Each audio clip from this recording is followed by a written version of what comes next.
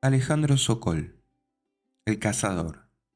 Autor: Isaac Castro. Más allá de que vivamos en medio de las sierras, uno no puede escapar a ciertas cosas. Capítulo 4. Y voy herido en tus manos. En la tranquilidad bucólica que inspira el paisaje serrano, Alejandro y su familia, al menos por un considerable tiempo, pudieron descansar. Era tal el agotamiento mental y físico con el que llegaron a Córdoba que los primeros meses se la pasaron durmiendo, sin la necesidad de tener que cumplir horarios y lejos del caos urbano. El Bocha volvió a ese estilo hogareño que tanto le gustaba pero que en Hurlingham era imposible mantener. Pasaba largas horas jugando con sus hijos, recorría la zona, se ocupaba de realizar compras. Le gustaba treparse a los árboles, cada tanto efectuar largas caminatas, nadar en los arroyos. Los Sokol llevaban una vida muy modesta, sin opulencias ni lujos.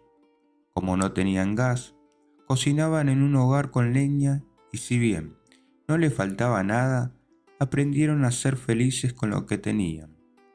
Les encantaba vivir ahí. No había mucho por hacer y en ese pueblo Alejandro era un perfecto desconocido, apenas otro inmigrante porteño a quien no tardarían en apodar el loco por la desquiciada forma en que solía conducir cualquier vehículo que tuviera enfrente. Muchos supieron que se trataba del cantante de un grupo famoso recién cuando murió muchos años más tarde. Cantar en las pelotas era su trabajo, pero de eso hablaba poco y nada. Lo que sentía por dentro era su historia, acostumbraba a decir. Cada tanto, viajaba a Buenos Aires a ofrecer algún concierto o se juntaba a componer con sus otros compañeros, Tomás y Germán, que también vivían por la zona. Alejandro estaba llevando a cabo una verdadera desintoxicación de los males que acarreaba la metrópoli, y su pronta recuperación entusiasmó a su entorno más directo. Hasta el día de hoy, quienes lo frecuentaron en aquella época sostienen que nunca estuvo mejor. Pocos meses después de la mudanza, en enero de 1995, Andrea Prodan llegó al país para grabar Viva Voce, un disco experimental en el que interpretó a todos los instrumentos apenas con sus cuerdas vocales. El actor y músico habla de ese verano. Volví a la Argentina por la grabación de mi primer disco y paré en la casa donde estaban viendo a Alejandro con su mujer y sus 3 hijos. Teníamos muy buena onda, era un periodo bastante solar en su vida que, como sabemos, fue bastante tormentosa. Era un tipo que quería cagarse de risa de todo, pero era obvio que no la pasaba bien.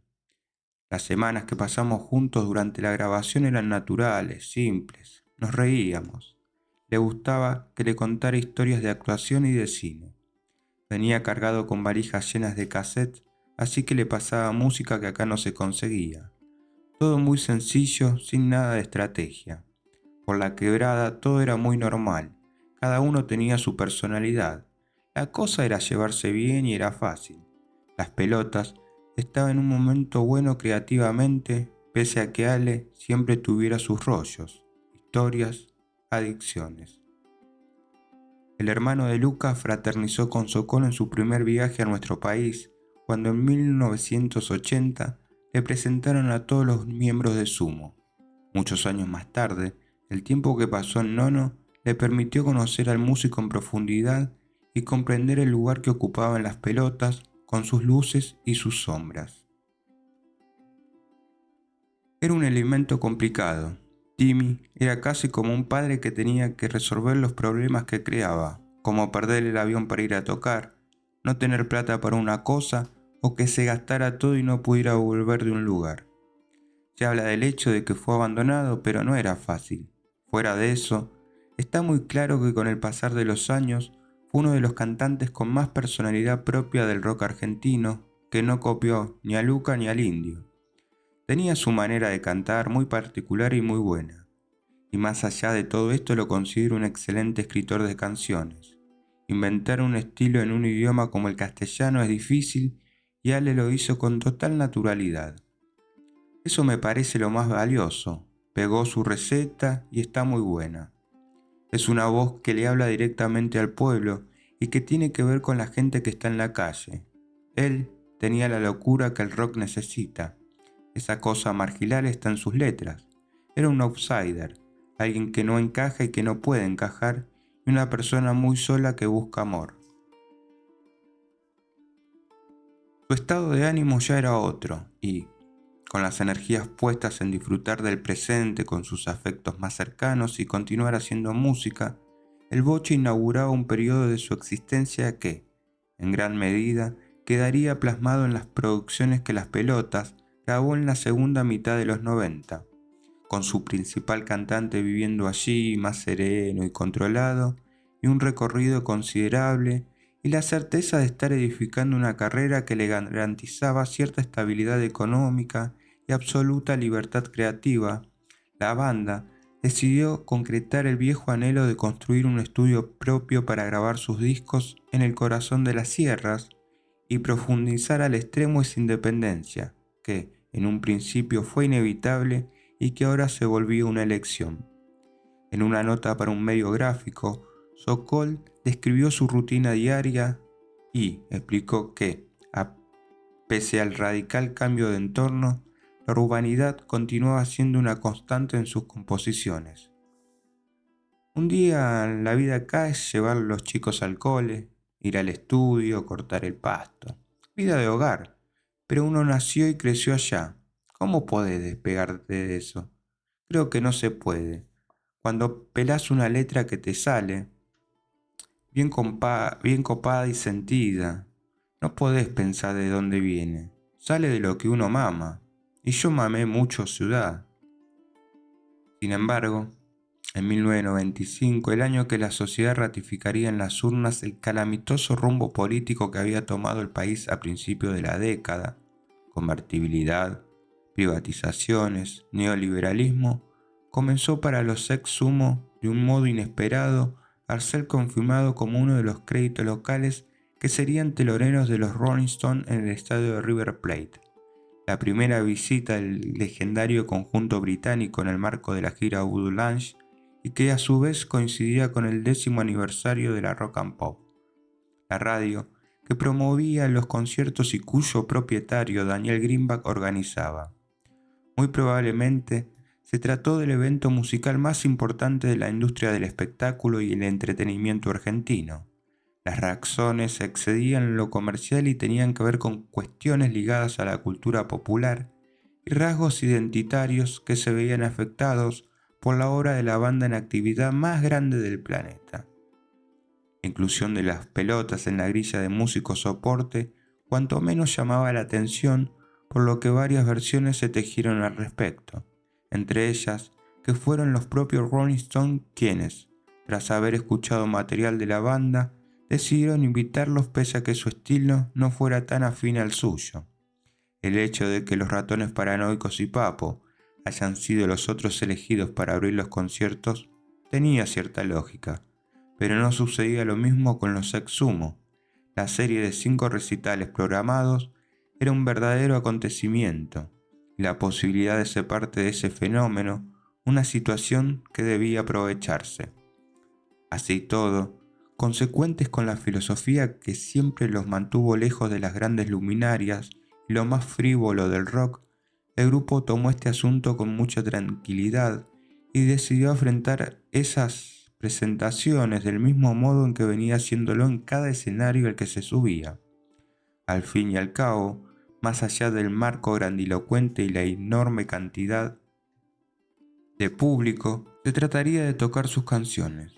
Lo suyo no era una pose ni tampoco una muestra de arrogancia y superación, solo una actitud consecuente con su propuesta estética y la forma en que se manejaba frente a la industria. En una cultura que privilegiaba lo superficial, el consumismo y la imagen, Las Pelotas huía de eso. Mientras muchos grupos se desesperaban por figurar, ellos se concentraban en lo único que les parecía valioso y vital: hacer música. Enfrentarse a 40.000 personas en una noche no es un hecho de todos los días. Fue lo mejor que nos pasó. De todas maneras, nuestra lucha es más cualitativa que cuantitativa, sostuvo Alejandro, en un claro intento de minimizar el impacto que tuvieron en los medios aquellas fechas memorables. Pero en otra oportunidad compartió detalles del primer recital de la seguidilla. Yo, que tenía que subir, estaba en la escalerita y de repente escuché el ruido de la gente sin ver nada. Fue un flash, porque era gente que iba a ver a los Stones y no a nosotros, si no tenemos nada que ver con ellos. También me crucé con Jagger en un pasillo. Nos encontramos las caras y le dije, «Hey, Mick», y él me respondió, «Hi», una sencillez. Circulaban varias leyendas urbanas respecto de los shows junto a los Rolling Stones, desde que hubo mucha gente que fue a ver solo a los Ex Sumo y una vez finalizado su set, abandonó el estadio hasta que tuvieron el ofrecimiento de los productores del grupo inglés para continuar el resto de su gira mundial como invitados permanentes.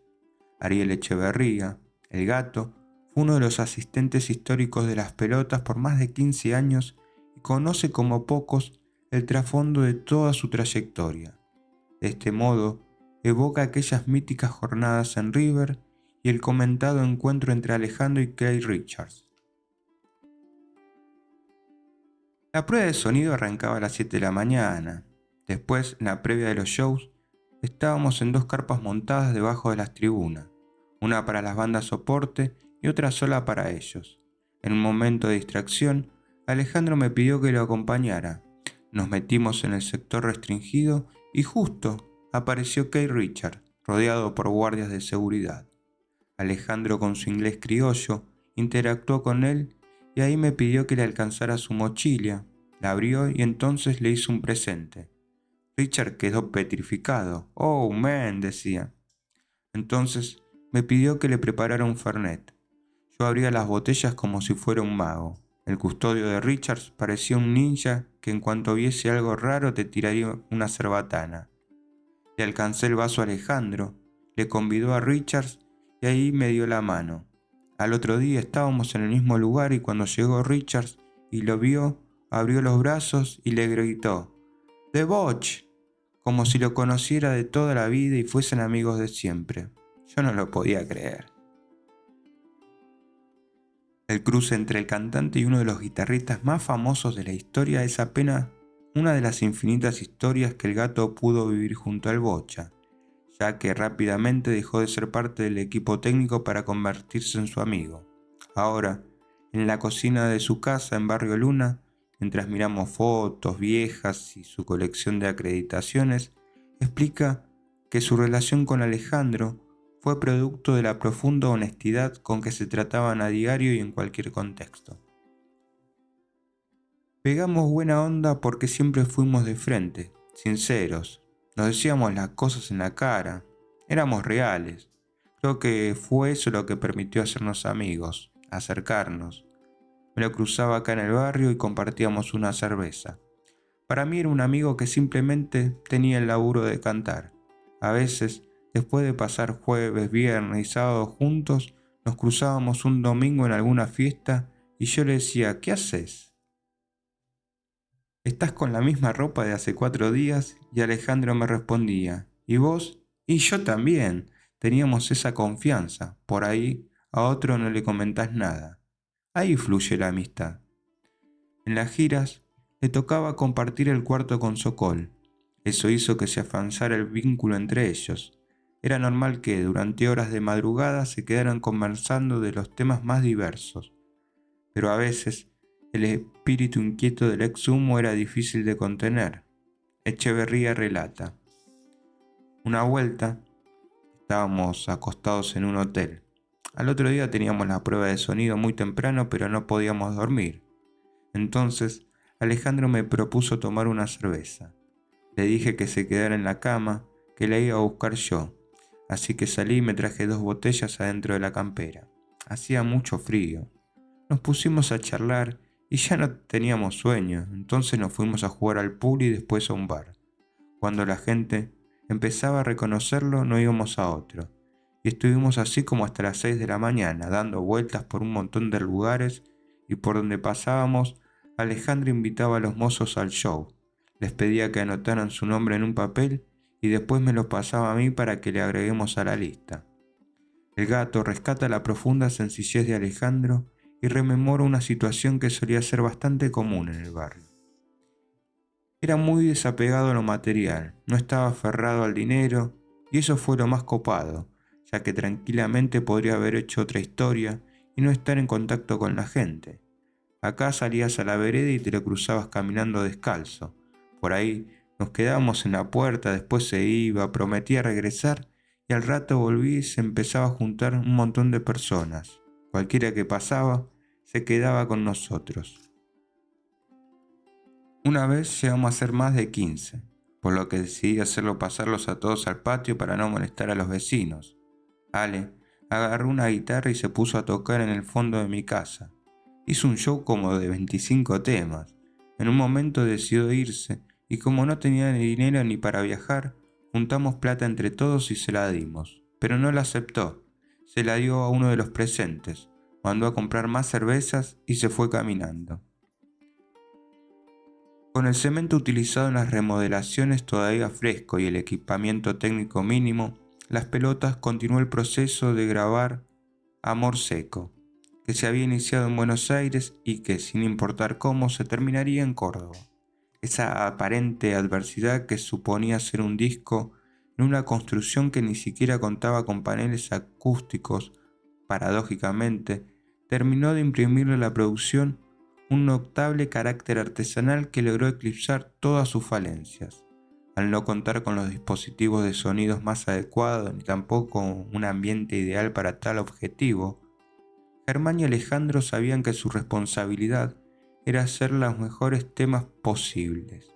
Otra vez iban a contra la corriente, ya que mientras la mayoría de las bandas de rock argentino viajaban a registrar sus trabajos a los Estados Unidos, impulsados por la paridad cambiaria, ellos se refugiaban en un pequeño pueblo de provincia. Tal vez por eso bautizaron a su estudio Los Ángeles. Quizá ni era el más moderno ni el más sofisticado, pero era suyo. Disponían de todas las horas que quisieran y eso les daba margen para la experimentación. Eran libres, nadie les decía qué hacer, y esa condición, independientemente de su nivel de popularidad, el número de seguidores o la cantidad de placas vendidas, los volvía exitosos. Sobre los beneficios de contar con su propio espacio, Sokol supo afirmar: las ventajas son la comodidad, el tiempo, el clima y el hecho de que no hay gente ajena. Siempre, siempre somos nosotros. Por aquel entonces, la prensa destacaba su exilio al interior del país y su férrea decisión de ser independientes. Sergio Marchi los retrató de esta forma: en el rock, al igual que en la vida, cada maestrito con su librito. Desde el momento mismo de su concepción como grupo, los integrantes de Las Pelotas adoptaron como filosofía hacer las cosas a su manera, evitando cualquier tipo de estrategia comercial y tratando de no mezclarse con nadie, y mucho menos con el periodismo. Esa postura, que para los entendidos en marketing sería poco menos que suicida en términos de difusión, a Las Pelotas parece haberle dado grandes resultados. Alejados del ambiente del rock al que ven como parte del jet set, Las Pelotas sigue su rumbo, cuya próxima escala será la grabación de su tercer disco, tratando de no contaminarse con los ruidos de la ciudad ni con el sonido de los flashes y los grabadores que se prenden, y mucho menos con el bullicio de la farándula rockera. Para ellos, el silencio parece ser el mejor aliado de su música. Amor Seco es una producción que ostenta cierta oscuridad y cuyas letras, quizás como nunca antes, son más cínicas, crudas y directas.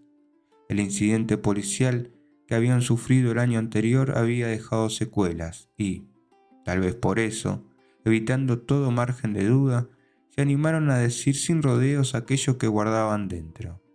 Pero esa rabia contra la hipocresía tan característica de la década del 90 dotó a las composiciones de un notable deje de furia y densidad.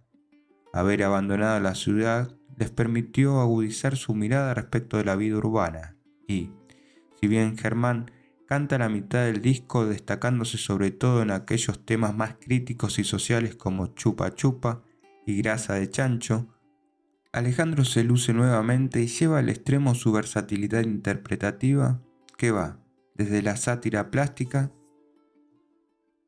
de Hola ¿qué tal? Hasta la nostalgia del cazador, pasando por la potencia de Se quema y el relato onírico de Hawái, una de las mejores descripciones de la cultura menenista, el uno a uno y la fantasía neoliberal. Cada vez que Alejandro debía viajar a Buenos Aires, volvía a Hurlingham, y una visita obligada era el local de Hugo Zorrilla, que, algunos años antes, había abierto a metros de su casa en la esquina de Pisurno y Handel. Puse la peluquería en 1990. Él recién estaba empezando. Ni bien me lo presentaron, me enteré de que estaba con las pelotas, pero todavía no habían grabado nada. A los meses, sacaron el primer cassette y me lo regaló. Verlos hizo una rutina y muy pronto se volvió una persona más de la que veía todos los días. Era un personaje en todos los sentidos, un grande con alma de chico. No le faltaba el respeto a nadie. Si estaba ocupado el baño de su casa, venía el de la peluquería con el papel higiénico en la mano. Vivía el mundo a su manera. La plata no le importaba, solo la amistad. No se creía un número uno, y aunque a medida que fue pasando el tiempo entendimos su lugar en el rock, cuando nos enteramos de que serían soporte de los Rolling Stones, fue que recién tomamos verdadera dimensión de lo que eran las pelotas. El vecino señala que, en realidad, Sokol jamás pensó en su actividad musical como un trabajo y, aunque para él era alguien más que a diario visitaba su negocio, era común que seguidores lo reconocieran y dieran muestra de su devoción y cariño. La banda para Alejandro era como el fútbol de los jueves. Una vez lo vino a buscar Germán y él estaba sentado como si nada en patas y nos contaba chistes. Dale, boludo, siempre te tengo que venir a buscar, le recriminaba a Funcho. No sé si se tomaba en serio la parte profesional. Él hacía su propia gira, iba donde lo invitaran, y si no lo llamaban para avisarle que tenía que irse a tocar, se olvidaba. No quería ninguna responsabilidad laboral, tampoco cumplir horarios ni contratos. Solo le gustaba la música. Cuando salgo al escenario es como estar en el patio de mi casa. Veo que están mis amigos y me olvido de todo lo demás, me decía. Muchos jóvenes se acercaban a la peluquería por él. Una vez vino a peinarse una chica y Alejandro justo pasó al baño. ¿Ese es el Bocha?, me preguntó, y cuando salió le pidió un autógrafo. Para todos era un ídolo, pero para nosotros era alguien común y corriente. Nunca me dio su facha ni su pinta. Era libre, por eso era muy especial. Algunos clientes no creían que era él. ¿Vos sos el Bocha?, me interrogaban y después me pedían que le saque una foto con él. También enfatiza la simpleza y el desapego a lo material del exhumo. La gente pasaba por acá, lo reconocía y él se ponía a charlar como cualquiera. Siempre se le acercaban y le sacaban hasta la ropa por tener un recuerdo suyo. Yo lo vi. Una vuelta volvíamos de caseros en tren. Hacía mucho frío y él estaba en el furgón. Un muchacho le pidió el buzo, otro la remera. Cuando se dio cuenta de que iba a quedarse sin nada, le dijo a uno de los pibes: «Pará, dame algo tuyo, así no me quedo en cuero». Lo habían desnudado, pero él te contaba esas cosas con felicidad. Zorrilla habla de Alejandro con una emoción conmovedora. Su risa devela que solo comparte apenas una minúscula parte de ese caudal enorme de anécdotas vividas junto al Bocha. Sin embargo, relata algunos recuerdos que definen su personalidad. Un verano, como el local estaba cerrado, vino hasta mi casa para que le cortara el pelo. Hacía muchísimo calor. Era uno de esos días bien soleados en los que el piso parece que se prende fuego, pero Alejandro se apareció descalzo. Eran las 3 de la tarde, así que mi señora sacó una cerveza de la heladera. El loco le dijo: «Gracias, flaca, vos sí que sabés hacer desayunos». Una mañana hubo un corte de luz. Yo tomaba unos mates acá con un cliente ya mayor que venía siempre a hacerme compañía, y de repente se abrió la puerta. Alejandro entró, tomó asiento y lo primero que nos dijo fue que escucháramos un tema nuevo que había hecho. Cuando terminó, la persona que estaba conmigo, Coco, le ordenó: «Ahora andá y grabalo, así, tal cual como hiciste ahora», en cierto modo recriminándole que había entrado sin saludar y se puso a tocar como un loco. Al tiempo salió un nuevo disco, me lo llevó y me pidió que escuchara la última canción. Era El Cazador, y ahí noté de forma muy clara el sonido de la puerta y que solo lo habían grabado a él con su guitarra, igual a como había tocado el tema acá. «Qué buena idea», me dio el viejo, me dijo. En rigor a la verdad, El Cazador, acaso la canción más íntima y representativa del cantante, nació, en parte, de un texto originalmente escrito por dos allegados, Néstor Ferreira y Federico Cepich, y que después el Bocha continuó y terminó musicalizándolo. Transcurría una época en la que era bastante usual que Alejandro compusiera temas en compañía de no necesariamente los otros integrantes de la banda. Así pasó también, por ejemplo, con el clásico Hola, ¿qué tal?, y el lisérgico Orugas, que germinaron de manera conjunta y luego fueron concluidos por Las Pelotas, generoso y humilde, con quienes decidían compartir una guitarra, oía con atención las ideas de los otros y alentaba que se atrevieran a componer, revela Cepich. La idea del Cazador fue de Néstor.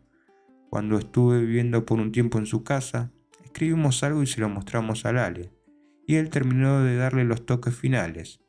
La letra se trataba sobre una pelea de pareja, ahí arrancó la historia. Existen varios temas que uno puede interpretar de distintas formas, pero ese era el estilo de escribir del Ale, decir algo de tal manera que después pueda entenderse de cualquier modo. Me he divertido escuchando las versiones de cada uno y nada que ver, son cosas que por ahí ni pasaron. Pero lo más lindo es que, hasta el día de hoy, veo frases que hemos escrito tatuadas en la gente y eso es increíble. Hola, ¿qué tal? También lo empezamos el Ale y yo. Una tarde, mientras esperábamos que lleguen todos, me pidió una base media funk. Después llegó Germán y lo terminaron.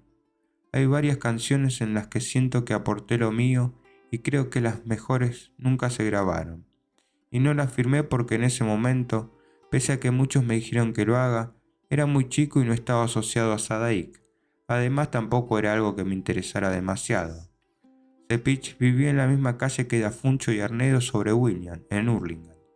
Primero trabajó como colaborador de Sumo y luego con Las Pelotas, y en un comienzo ocupándose de la escenografía, para más tarde pasar a ser plomo y finalmente asistente. Llegó a vivir en la sala de ensayo de Barrio Cartero y allí ingresó al seno de la banda, por lo que compartió con ellos numerosos episodios creativos. Hoy, radicado en la costa atlántica, donde alterna su trabajo como artesano y su rol de guitarrista en un grupo local, reflexiona: «Aprendí mucho con los dos. De chico había estudiado con concertistas y leído miles de libros de música hasta que me junté con ellos y me dijeron: ahora olvídate de todo lo que aprendiste y ponete con la guitarra». Apostaban a la practicidad. Germán era una máquina de tirar temas y Alejandro agarraba una hoja, escribía algo y lo arreglaba ahí nomás. Y en 2 días tenía la canción prácticamente hecha. Faltaba grabarla nomás. A la hora de componer, el Bocha reemplazaba cantidad por calidad.